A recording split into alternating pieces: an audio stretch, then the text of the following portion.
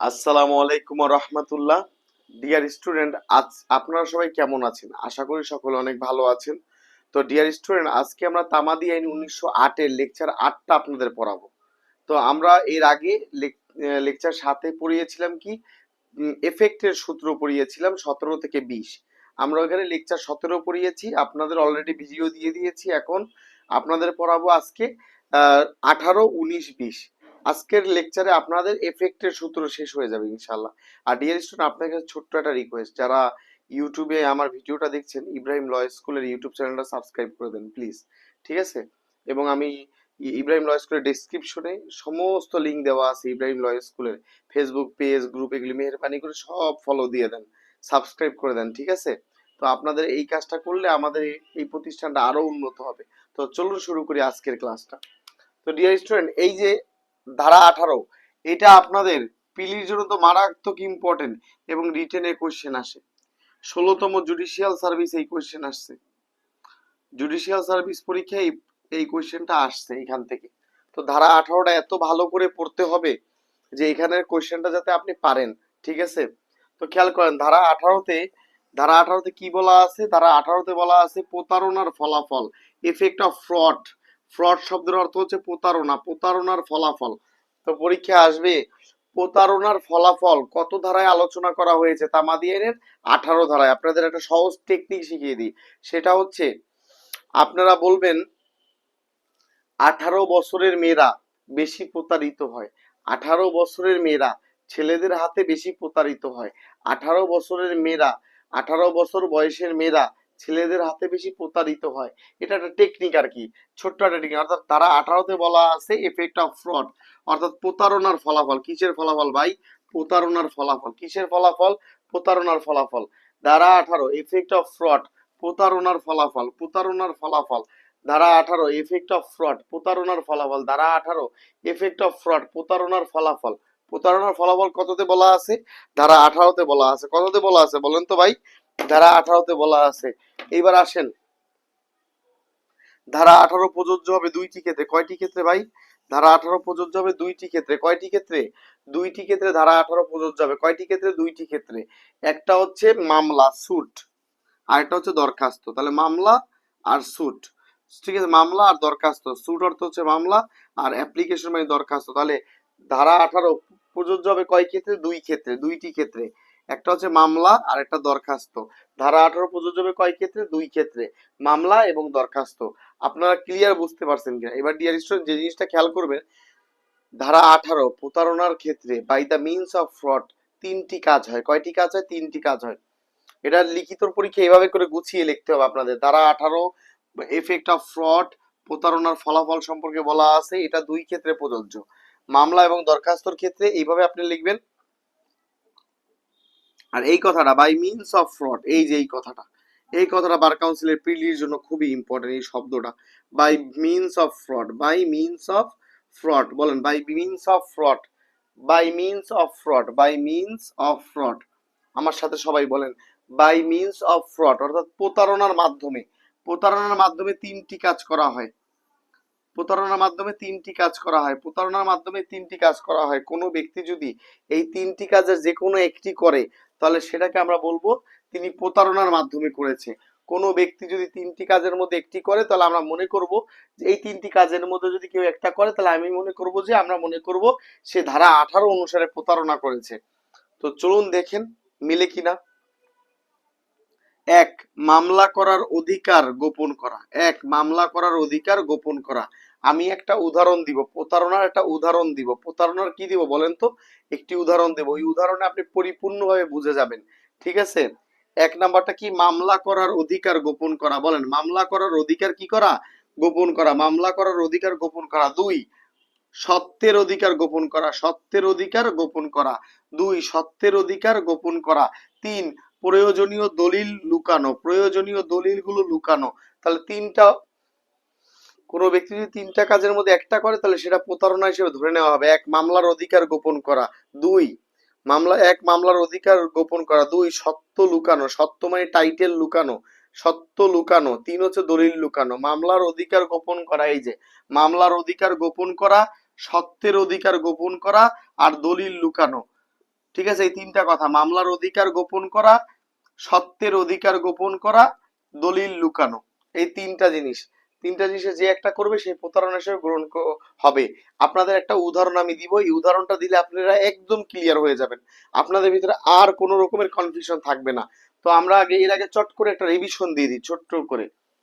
ধারা 18তে বলা আছে এফেক্ট অফ ফ্রড, প্রতারণার ফলাফল কততে বলা আছে ভাই? ধারা 18তে বলা আছে এফেক্ট অফ ফ্রড, এটা পিলির জন্য ইম্পর্টেন্ট। অর্থাৎ 18 বছরের মেয়েরা ছেলেদের হাতে বেশি প্রতারিত হয়, এভাবে শিখতে হবে।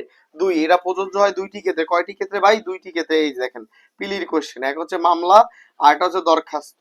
এইভাবে। আর রিটেনে আপনারা এইভাবে গুছিয়ে লিখতে হবে, সাজিয়ে লিখতে হবে। তাহলে এখানে লিখতে হবে বাই মিনস অফ ফ্রড। প্রতারণা বলতে আমরা বুঝি তিনটি কাজ করার মাধ্যমে প্রতারণা হয়। কয়টি কাজ? তিনটি কাজ। কয়টি কাজের মাধ্যমে প্রতারণা করা হয়? তিনটি কাজ। এক হচ্ছে মামলার অধিকার লুকানো, মামলার অধিকার লুকানো। দুই, সত্যের অধিকার লুকানো। তিন, দলিল লুকানো। মামলার অধিকার লুকানো, সত্যের অধিকার লুকানো, দলিল লুকানো। মামলার অধিকার লুকানো, সত্যের অধিকার লুকানো, দলিল লুকানো। এবার একটা উদাহরণ দিলে আপনাদের মাথায় একদম ঢুকে যাবে ক্লিয়ার ভাবে। তাহলে তিন কাজে প্রতারণা হয়: মামলার অধিকার লুকানো, সত্যের অধিকার লুকানো, প্রয়োজনে দলিল লুকানো। ক্লিয়ার? আশা করি আপনারা পুরো সামারিটা একদম বুঝে গেছেন যে প্রতারণা ধারা 18তে বলা আছে প্রতারণার ফলাফল দুই ক্ষেত্রে: মামলা, দরখাস্ত।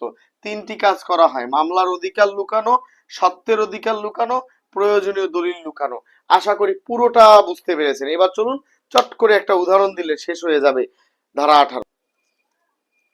ওকে ডিয়ার স্টুডেন্টস, এখন আমরা আপনাদের এই উদাহরণটা দিলেই আপনি পরিপূর্ণভাবে বুঝে যাবেন, এফেক্ট অফ ফ্রডের খেলাটা পরিপূর্ণভাবে বুঝে যাবেন এই উদাহরণটা যদি আপনি দেখেন মনোযোগ সহকারে। এবং যারা রিটেন পরীক্ষা দিবেন তারা এই উদাহরণটা পরীক্ষার হলে বসিয়ে দিতে হবে।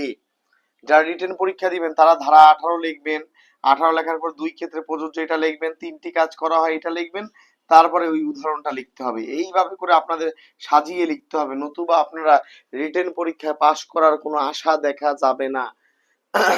এবার আসেন ধারা 18তে কি বলা আছে। ধারা 18তে বলা আছে প্রতারণার ফলাফল, ইফেক্ট অফ ফ্রড।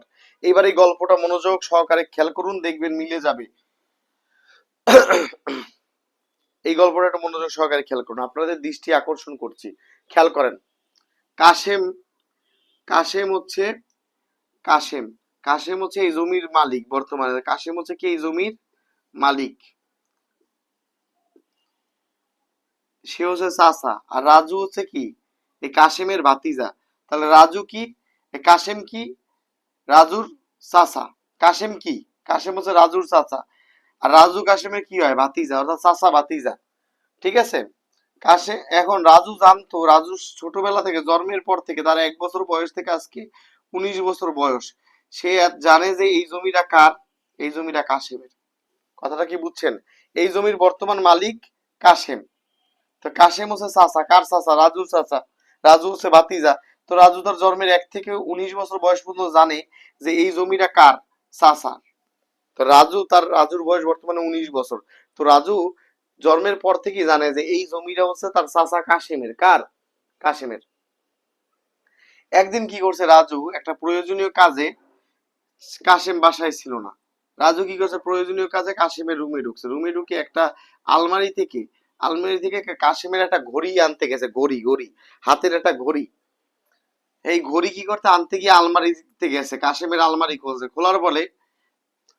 খোলার পরে একটা দলিল দেখতে পাইছে। কি দেখতে পাইছে বলেন তো? একটা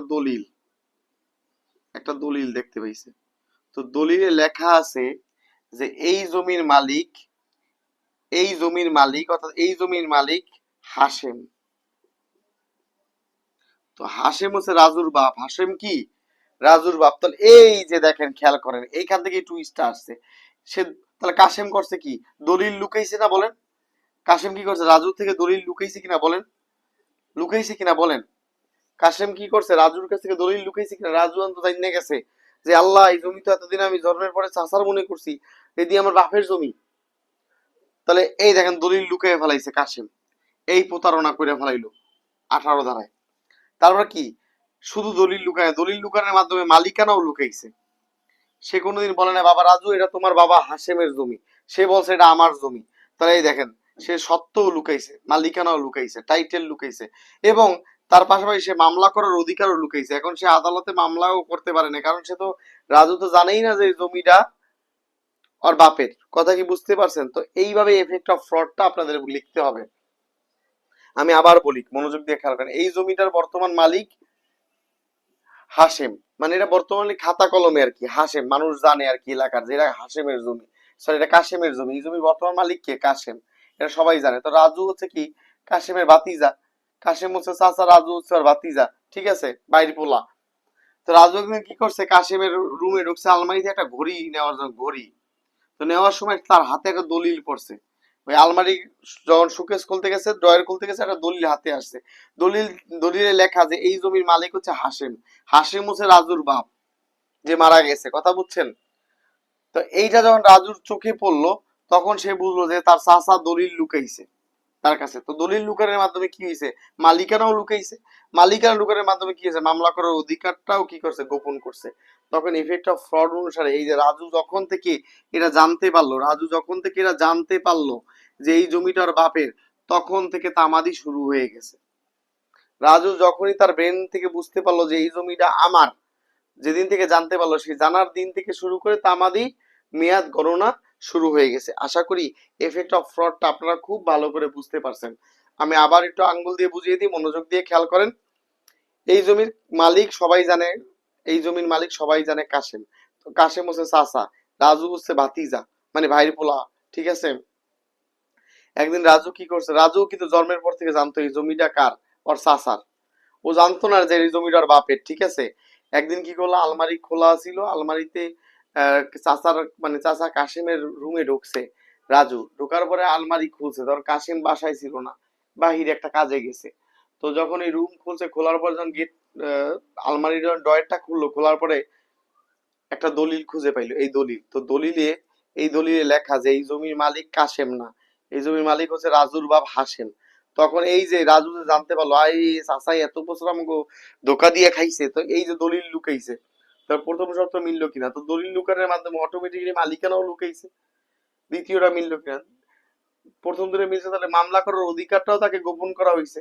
কারণ রাজু তো জানতোই না যে এই জমি ওর বাপের, তাহলে মালিকানায় কে, এই জমি মালিক কে, রাজু। তাহলে এইটা হচ্ছে পুরোপুরি প্রতারণার ফলাফল। আশা করি আপনারা খুব সুন্দর করে বুঝতে পারছেন। এবার আসেন 19 আর 20 একসাথে একটা গল্পের মাধ্যমে শিখিয়ে দিব।